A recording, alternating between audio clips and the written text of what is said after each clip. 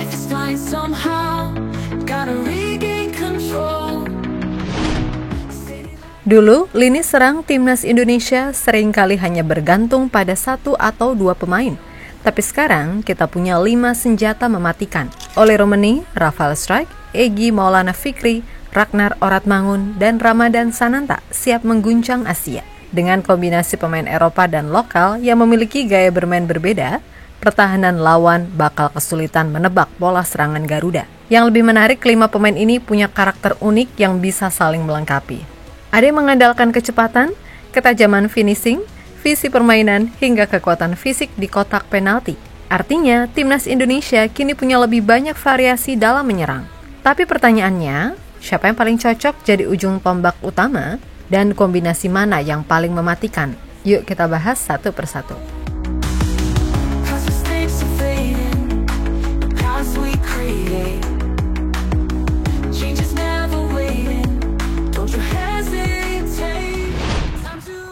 Selama ini tim Garuda sering kesulitan saat menghadapi lawan dengan pertahanan solid seperti Australia dan Jepang.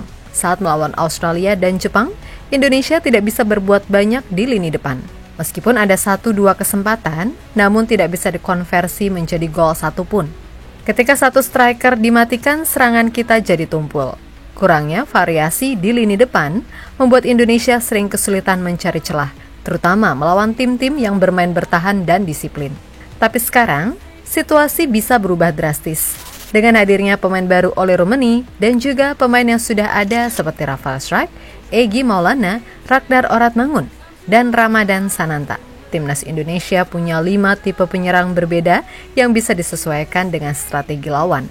Ada yang mengandalkan kecepatan, kreativitas, ketajaman di kotak penalti, hingga kekuatan duel udara. Artinya Indonesia kini bisa bermain lebih fleksibel. Bisa menyerang dengan build-up rapi, mengandalkan kecepatan sayap, atau bahkan bermain direct dengan target man. Bahkan saat ditekan, kita punya opsi serangan balik cepat yang bisa langsung menusuk ke jantung pertahanan lawan. Inilah yang membuat timnas Indonesia semakin sulit diprediksi.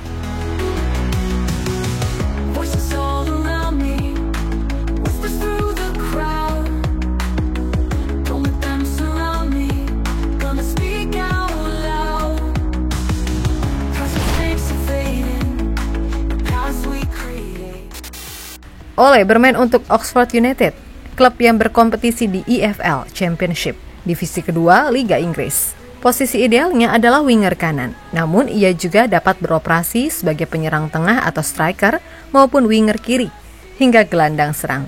Ia dikenal sebagai pemain serba bisa di lini serang. Gaya permainannya menonjolkan kecepatan, dribble yang mumpuni, dan insting mencetak gol. Sebagai winger kanan, ia sering menusuk ke dalam kotak penalti untuk memanfaatkan umpan silang. Sementara di posisi winger kiri, ia cenderung melakukan cut inside untuk melepaskan tembakan dengan kaki dominannya. Dengan fleksibilitas posisinya, Ole dapat berperan sebagai penyerang utama atau penyedia assist di timnas Indonesia. Kemampuannya bermain di berbagai posisi menyerang memberikan variasi taktik bagi pelatih dalam menyusun strategi ofensif.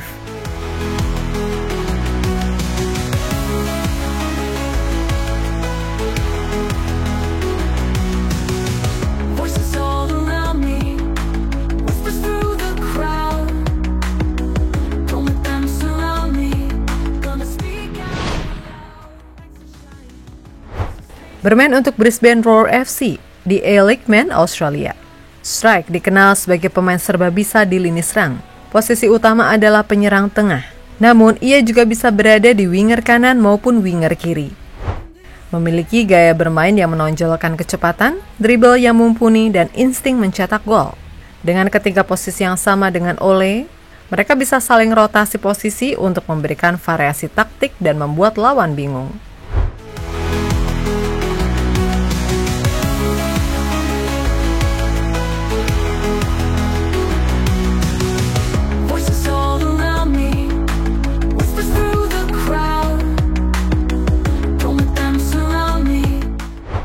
Setelah berpetualang di Eropa, Egy Maulana Fikri memilih balik ke Indonesia dan bergabung dengan klub Dewa United. Di musim ini, Egy terbilang sebagai salah satu striker yang paling produktif. Dari 21 pertandingan yang ia lakoni, Ia berhasil mencetak 9 gol dan 3 assist. Egy memiliki gaya permainan dengan kecepatan, dribble yang mumpuni, dan visi permainan yang tajam. Ia sering beroperasi sebagai winger kanan dengan peran inverted winger, memanfaatkan kaki kirinya untuk menusuk ke dalam dan menciptakan peluang atau melepaskan tembakan.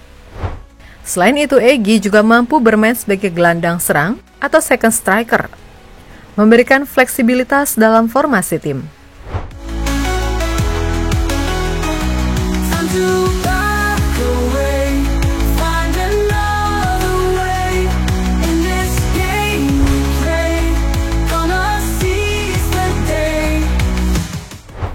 Saat ini Ragnar Oratmangun bermain untuk FC Dender, klub yang berkompetisi di Belgia Pro League. Gaya permainan Oratmangun ditandai dengan kecepatan, dribble yang mumpuni, dan kemampuan menciptakan peluang. Ia merasa nyaman bermain sebagai second striker, posisi yang memberinya kebebasan untuk berkreasi dan mendukung penyerang utama. Dengan fleksibilitas posisinya, Oratmangun dapat berperan sebagai pencipta peluang dan penyedia assist di timnas Indonesia, menambah variasi serangan tim.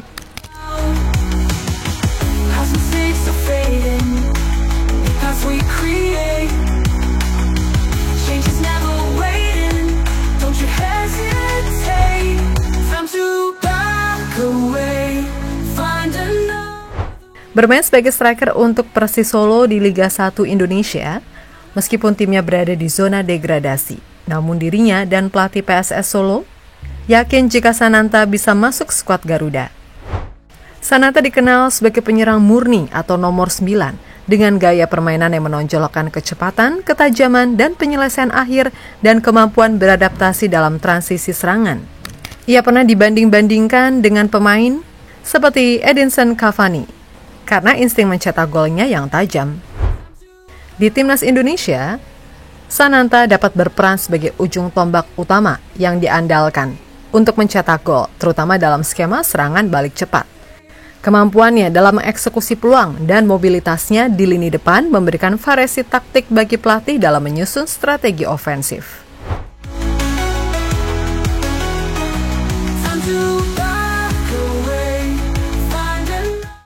Lalu bagaimana dengan variasi kombinasi penyerangan timnas Indonesia?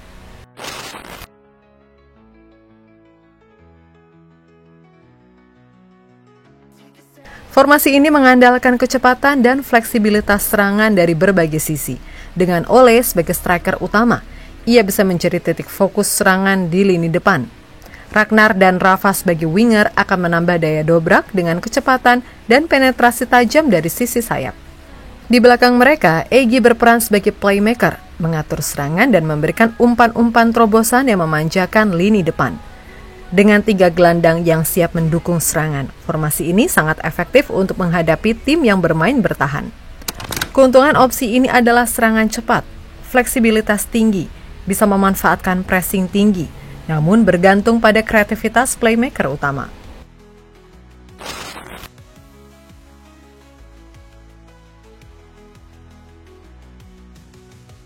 Formasi ini lebih fokus pada penguasaan bola dan serangan kombinasi.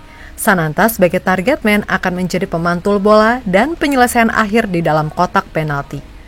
Ole atau Rafa bisa berperan sebagai second striker yang siap memberikan tekanan ke pertahanan lawan. Di belakang mereka, Egy sebagai attacking midfielder akan menjadi otak serangan. Dengan 2 gelandang bertahan yang menjaga keseimbangan di lini tengah, formasi ini cocok untuk menghadapi lawan yang bermain agresif dan menekan sejak awal. Kelebihan formasi ini adalah kontrol permainan akan lebih baik dan memungkinkan permainan lebih terstruktur.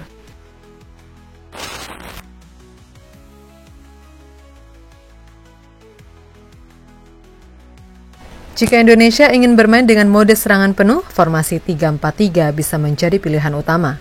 Sananta atau Ole di lini depan akan menjadi kombinasi sempurna antara fisik dan kecepatan. Di sisi sayap, Ragnar dan Rafa berperan sebagai inverted winger yang bisa masuk ke dalam kotak penalti untuk menambah opsi mencetak gol. Formasi ini sangat efektif untuk menekan lawan sejak awal dan mengontrol serangan dari sisi sayap. Serangan ini akan lebih agresif, banyak opsi di kotak penalti, cocok untuk menghadapi lawan yang lemah dalam bertahan. Namun juga memiliki resiko tinggi jika kehilangan bola. membutuhkan pertahanan yang solid dari 3 bek utama. Tapi juga melihat komposisi lini pertahanan timnas yang mewah, beranilah pakai full attack mode.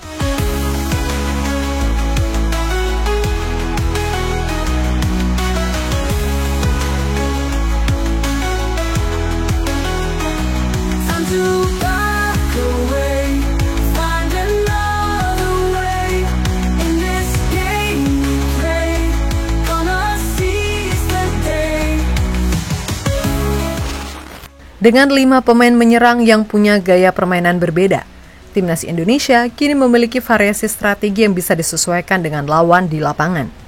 Nah, menurut kalian, formasi mana yang paling cocok untuk menghadapi tim-tim kuat di Asia?